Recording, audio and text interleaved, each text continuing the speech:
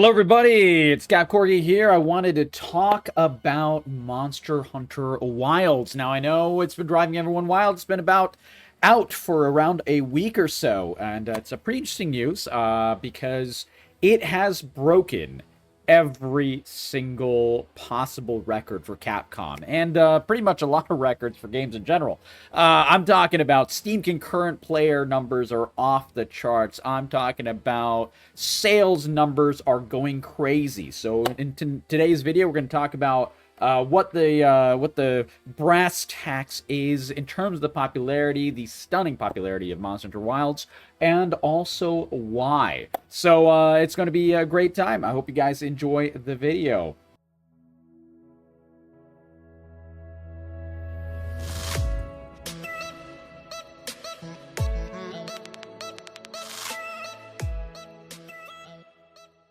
So Monster Hunter Wilds has hit some crazy numbers as we listen to the lovely dulcet tunes of the Windward Plains, which is personally one of my favorite musical soundtracks from the entire game. I played through the entire story. Windward Plains, this music just hits different. So Monster Hunter Wilds is actually, as of now, Capcom's fastest selling game ever, according to Eurogamer, which gives some pretty good numbers.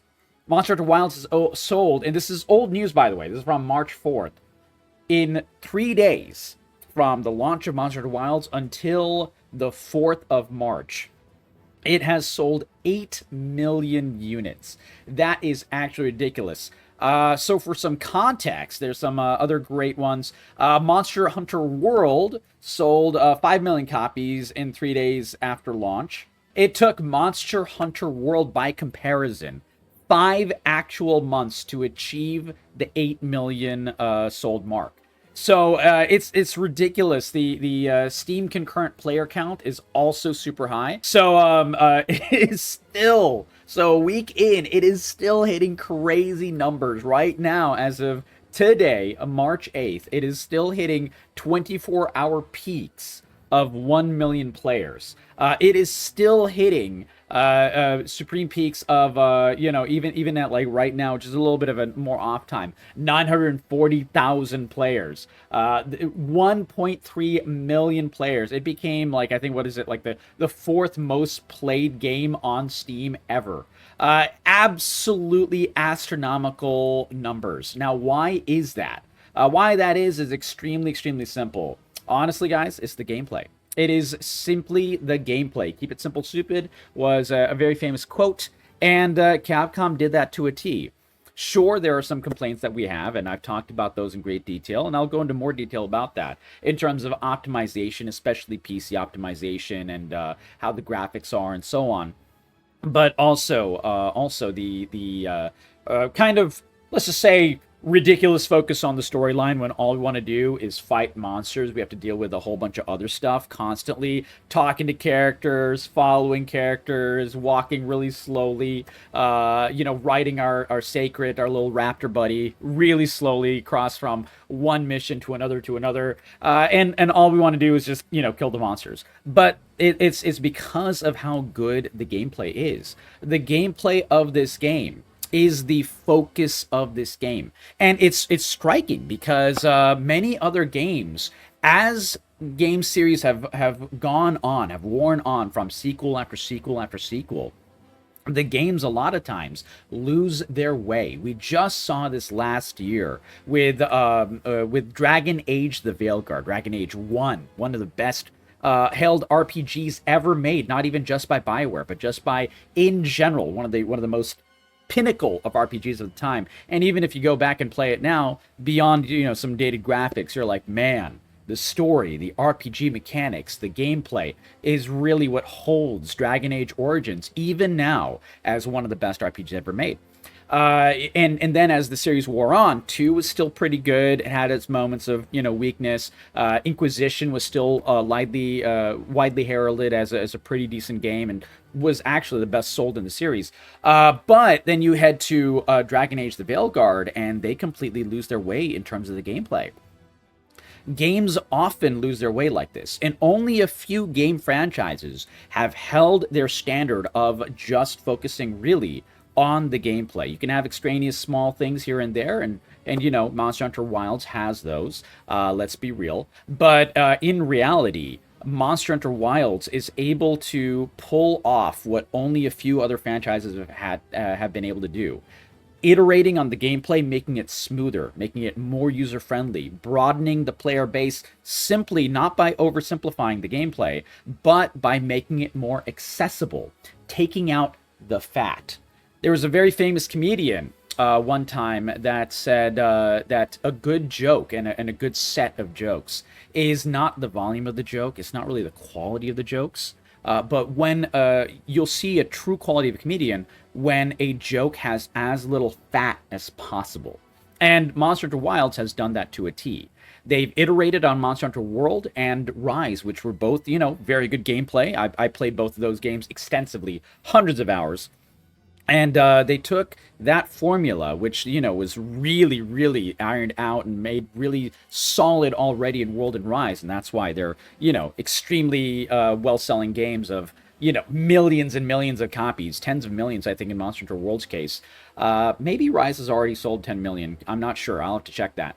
But regardless, the already solid gameplay was kind of, you know, slightly marred. Marred is a harsh word, but it was like an interrupted gameplay where you have to go back to your base and you have to, you know, do this and you have to do that. You have to talk to this person. You have to talk to that person. You have to create this weapon. You have to change your loadout. You have to re-equip your items. You have to re-eat your food and you go to the muscular chef, who I miss, and so on and so forth. But in Monster Hunter Rise, a lot of those steps have been ironed out or simplified. You don't even have to chase the monster when it runs from section to section. They still have the gameplay loop of when you attack the monster, you destroy a bunch of parts, you do a bunch of damage, the monster gets scared, or, you know, decides, I'm going to retreat for the greater good, and runs away. In Monster Hunter World and Rise, this would lead to a moment where you have to, on foot or using your, bugs to jump from part of the map to part of the map to part of the map and literally run the monster down. And in the meantime, your buffs are running out, your food is running out, you're dealing with other smaller monsters, annoying little insects, you have smoke bombs, you have to re-up on your items, you might fast travel back to base and then fast travel to a relatively close camp point to try to see if you can get to the monster as fast as possible. Interrupted gameplay. Monster Hunter Wilds, that is no longer a thing. Your Sacred, your little raptor buddy that you ride on for a lot of the game, has taken all of that completely out. Now you are able to just get on your Sacred and go from point to point, sharpen your weapon on the Sacred, get new items. It gives you, like, you know, the first aid, the medicines, and some special items that are required for or recommended for the hunt, bombs, traps, so on and so forth. It's directly sent to your ride. And the ride auto-runs for you. Fat cut. And it has led to, beyond that, it has led to also the wound system being yet another ironing, an iteration of making the game and the gameplay only better. Where, you know, you used to be able to use certain weapons, and one of the pain points was dealing with, you know, the greatsword, and you would miss a hit because the positioning was kind of clunky and hard to move, moving side to side. The greatsword is an example. The same thing happened with the hammer. Same thing happened with the longsword. I used all these weapons extensively. Now with the wound system, it like targets the wound and moves your character along with the wound. So it's kind of facing the wound and kind of moving towards it at all times. Huge buff to all weapons, especially melee weapons, and especially the slower, clunkier melee weapons. It's an absolute dream to target the monsters. It almost feels a little overpowered at the beginning of the game, but the difficulty curve, while being a little bit more evened out, is only a good thing, because they wanted to, as in Capcom, wanted to broaden the base and make this the most widely played Capcom game ever. And in that, guys, I have to say, they really did succeed. Capcom has made this the most welcoming Monster Hunter game. They've broadened out the story a little too much for my taste, but, you know, it's something that other players like. They've, you know, made the characters even more beautiful than before. genuinely a W for everyone who likes to play video games, and I mean really play them. Whether they're, the most hardcore Monster Hunter to, someone who's played World and Rise and enjoyed both, to someone who's never played Monster Hunter before. The attractive characters also bring in a lot of players. So all of these things are working in tandem to create the most broad and popular Monster Hunter yet, and it worked. It absolutely worked. The another example of a game that has not done this well, by the way, is the absolute travesty of Assassin's Creed. Assassin's Creed had banger after banger after banger after banger in Ubisoft. And then later on, the most recent Assassin's Creeds have been kind of like actual disappointments because it didn't focus on the gameplay. It focused on microtransactions. It focused on getting you to download the Origin store. It made you focus on doing all these extraneous things which are not the gameplay. Now, finally, they're at least talking about, and we don't know if this is going to happen, but they're talking about returning to their roots. But they kind of always say that. They said that with Mirage. They said that with they tried to say that with Unity and many other games, and now they're saying that with Shadows. Will Shadows be a return? I don't know, but I will cover it for you guys, whether it is or isn't. I'm hoping so. I would love to see Ubisoft get back to their old greatness of their original Assassin's Creed games. I don't really expect it, though. And also, they moved away from their tried and tested assassination gameplay and made it to an RPG, kind of really losing the sauce of their tried and true formula, which you and I and anyone else who played the classic Assassin's Creeds, I'm talking about Black Flag, I'm talking about Brotherhood, I'm talking about Ezio, The Legend, I'm talking about the best characters, some of them, in the entire, history of video games were in the original Assassin's Creed games. And, it took all of that and made it into a action RPG where you had to focus on your stats and grind out levels in order to make your assassin an assassin. Ridiculous. I mean, and it's absolutely bananas. One of the games that bucks this trend, besides Monster Hunter, which, this is the point of the video, but one of the other ones that I'm thinking of right now, and I just wanted to share with you guys, Yakuza. Yakuza has focused on the gameplay as well, and it shows. Yakuza is quietly under the table has become one of the most widely lauded game series of all time, because every single game has iterated on the past successes.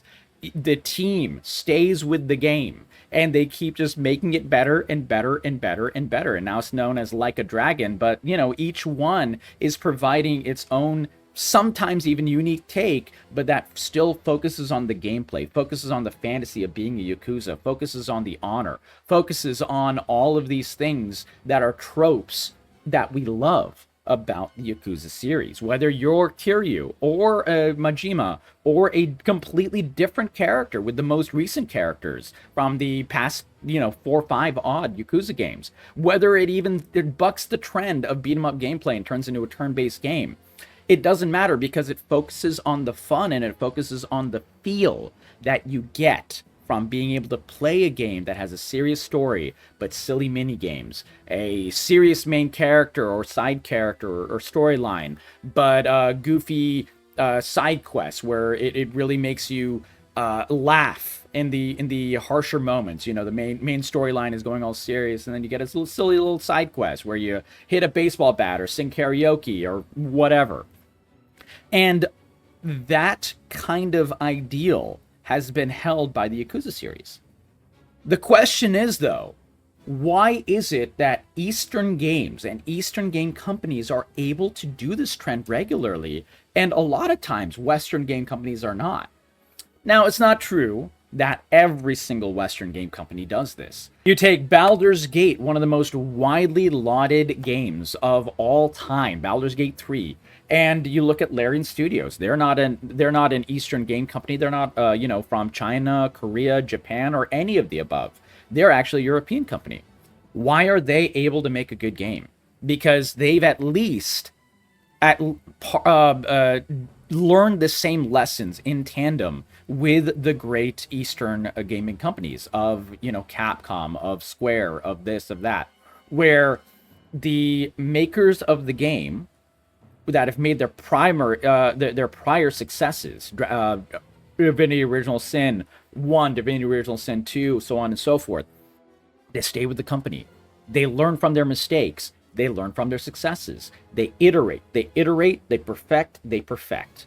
It is that simple. When you focus on the gameplay, you focus on your success, you focus on how to make it better and make it a good gameplay time for the user, for the gamer, even if the product is not perfect, which, Baldur's Gate pretty much is as close to perfection as I could possibly think of, but Yakuza has its issues, Monster Hunter Wild has its issues, besides the issues of these games, of which sometimes it can be a few, Wilds has several, it is still widely lauded because of how good the gameplay is. It is really, truly that simple. How have video game companies today forgotten the simplest thing? How to make a good fucking game? I honestly don't know. This is a question I've been asking myself in the past 2.5 years of really, really starting to dissect video games. And I always did for fun, but I never really did it for content until I through the pressures, and not bad pressures, but like, people asking me, they trust me as a content creator on Twitch and on YouTube now. They wanted to know my thoughts on various games, and I had to, really challenge myself to think more. Why is this game good? Why is this game bad? What happened to the previous greats of gaming? Why are companies, not learning the lessons these days? And human beings are adept at one thing and one thing truly: pattern recognition. So we are learning these patterns now, and I'm able to tell you these patterns of what I've seen in these various game companies to make games like Wilds a success, whereas Ubisoft is faltering. Regardless, guys, this is a celebration. It's just a good thing. It's just a wonderful thing to see Monster Hunter Wilds gain a really, really strong level of success. And I'm not absolving Capcom of their issues. I have and will continue to talk about their major, major problems. I think they are many and varied, and the reasons for them are quite serious as well and show the darker side of gaming. But I think overall, Monster Hunter Wilds has been a massive success. It is a massive financial success as well as a massive gameplay success. And because it's a gameplay success, I can kind of, understand the issues that they've had and the reasoning why. And I genuinely hope to see more game companies learn from the successes of games like Wilds, games like Yakuza, games like Larian Studios' Baldur's Gate 3, From Software. From Software might be one of the... I'm sorry. I sometimes I remember something later on, which is right now. From Software is one of the most prime examples of taking a game loop that they've aced. They've really started to already perfect and just making it better and better and better. And you're going to see it with Night Rain, where even though it is a change on the formula, Elden Ring Night Rain, it is still going to be what seems to be a massive success, because I wasn't able to play the playtest for it, but I had friends who did, and they tell me that it's kind of like a roguelike feel of Elden Ring. It still has that Elden Ring sauce. It still has that Soulsborne combat. It still has that customization, though in a very different way. And as a result, all the things that you love, the big bosses, the beautiful worlds, the exploration, and everything between, those things, even in a gameplay loop that is slightly different, or quite different in some ways, as to the previous progenitor, it is still something that will be fun, and it's focused on making the game smooth, fun, with as little fat as possible, and as much gameplay goodness as possible. It's just that simple, guys. Make a good fucking game, and even if it's $70, even if it has issues, us gamers will buy it. It used to be that game companies really struggled on making money. And even now, people are talking about, whether they're at Ubisoft or EA or other large game companies, that the golden age of making money in gaming is over. Blizzard has talked about this. We've seen various devs talk about it there, and many other companies. Game companies are shuttering doors. Game companies are dropping teams. Game companies are oftentimes laying people off just to hit quarterlies, and focusing on the stock rather than the gameplay. This is the issue. It is not that us gamers are willing or not willing to buy a game or pay a certain amount of money for a game. We want good fucking games. At least that's what I think. Let me know what you think, because I genuinely think that I can scrounge up $70, even if I'm in like not a great financial place. I can still scrounge up that $70 if a game looks good enough for me. I did it with Elden Ring. I did it with Baldur's Gate 3. I did it with Monster Hunter Wilds. I've done it with many games, and I will continue doing it for actually good games. If you're hearing this Ubisoft, if you're hearing this EA, if you're hearing this Nintendo, if you're hearing this Microsoft, you have past successes, or any of the above, or any other game companies I could think of. The lesson holds true. Learn from those past successes. We just want good games. If you make a good game and you sell it for a fair price, if it's a really high quality game that expands, so many hours and makes it the $70 price tag worth it, we'll pay $70. If it's not, learn from Space Marine 2. Space Marine 2 didn't try to create something brand new. It didn't try to break the wheel. It didn't try to buck a billion trends or anything like that. It just wanted to give us a good, solid, 20-odd, 30-odd hour gaming experience. Make it really good, really refined, and really fucking fun. And then sell that not even for $70, but for much less than $70. And because it is much less than $70, we're willing to forgive that it is not the, the newest thing that has changed the world. It doesn't create entirely new gaming trends or anything like that. We don't care. We just wanted a good fucking game. And as a result, Space Marine 2 was one of the best-selling games of last year. Why? Because it learned the lesson. It has learned from the lessons of Space Marine 1, and the game company focused on making just a good game. And it's really sad also, because when a game company learns this, and when a game producer, a game director, in this case the game director of Space Marine 1 and 2, he learned this and he talked about it, and he said, look, I just wanted to make a good fucking game. He didn't say fucking. He just said, I wanted to make a good game. And as a result, he got hate for that. People were like, oh, what's wrong with you? Why wouldn't you put this message in it or that or whatever? And he's like, I just want to make a good game, guys. How has that become so hard in today's day and age that we cannot step away from crazy ideals and even sometimes not so crazy ideals, but we just don't want to hear it? Annoying ideals just put in your face all the time. We just want to play a good fucking game. Monster Hunter Wilds shines when it is a good fucking game. We don't want to play, talk to the person simulator in Monster Hunter Wilds, and that's where the game has its weakest moments. We want to hunt the monsters. We want to choose monster, see monster, fight monster, loot monster, and wear the monster as armor or new weapons or cool stuff like that. That is it. Just focus on that and we're good. And Monster Hunter Wilds, even though it has some missteps, still does that really well. And that is why it has become literally already the best-selling game of 2025. And I don't foresee that changing until GTA 6, if that comes out this year.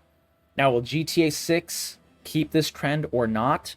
I really hope they've learned from their past successes and their past failures and really do focus on the gameplay and focus on the single player, focus on the campaign, make it a really, really good product.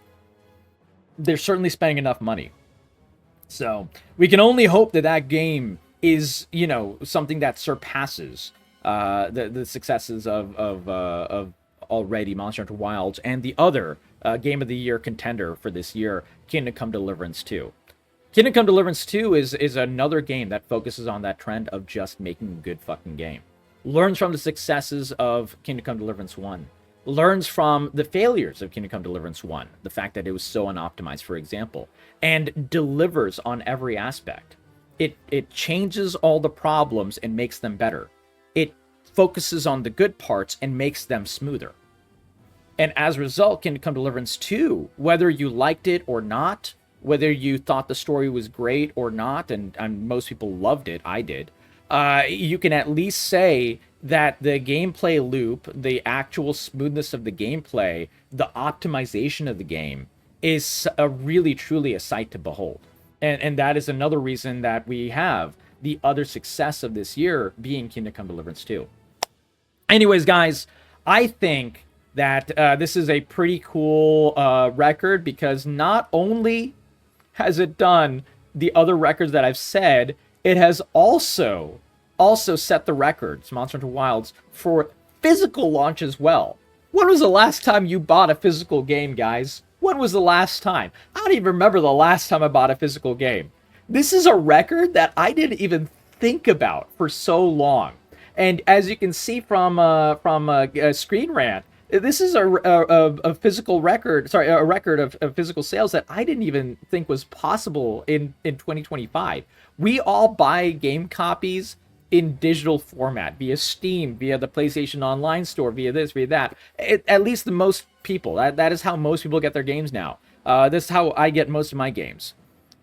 Monster Hunter Wilds sold 1.5 million physical copies in just Japan.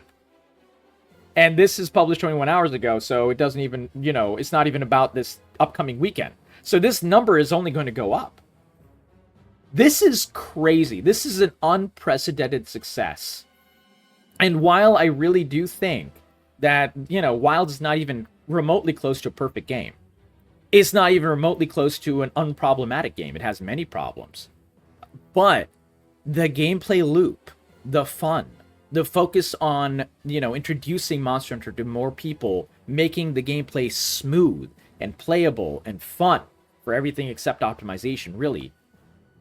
These things, these cornerstones, which used to be thought of as normal creation of good games, has become so rare that we gamers are hungry, we're thirsty, we're desperate for good games. And even with all of its issues, we are willing to go out and stuff the issues, deal with it, complain about it, hope Capcom patches it, or whatever. And we're willing to deal with it as best as we possibly can, so we can just play another good fucking game. It's really that simple. I really hope that other game companies learn it.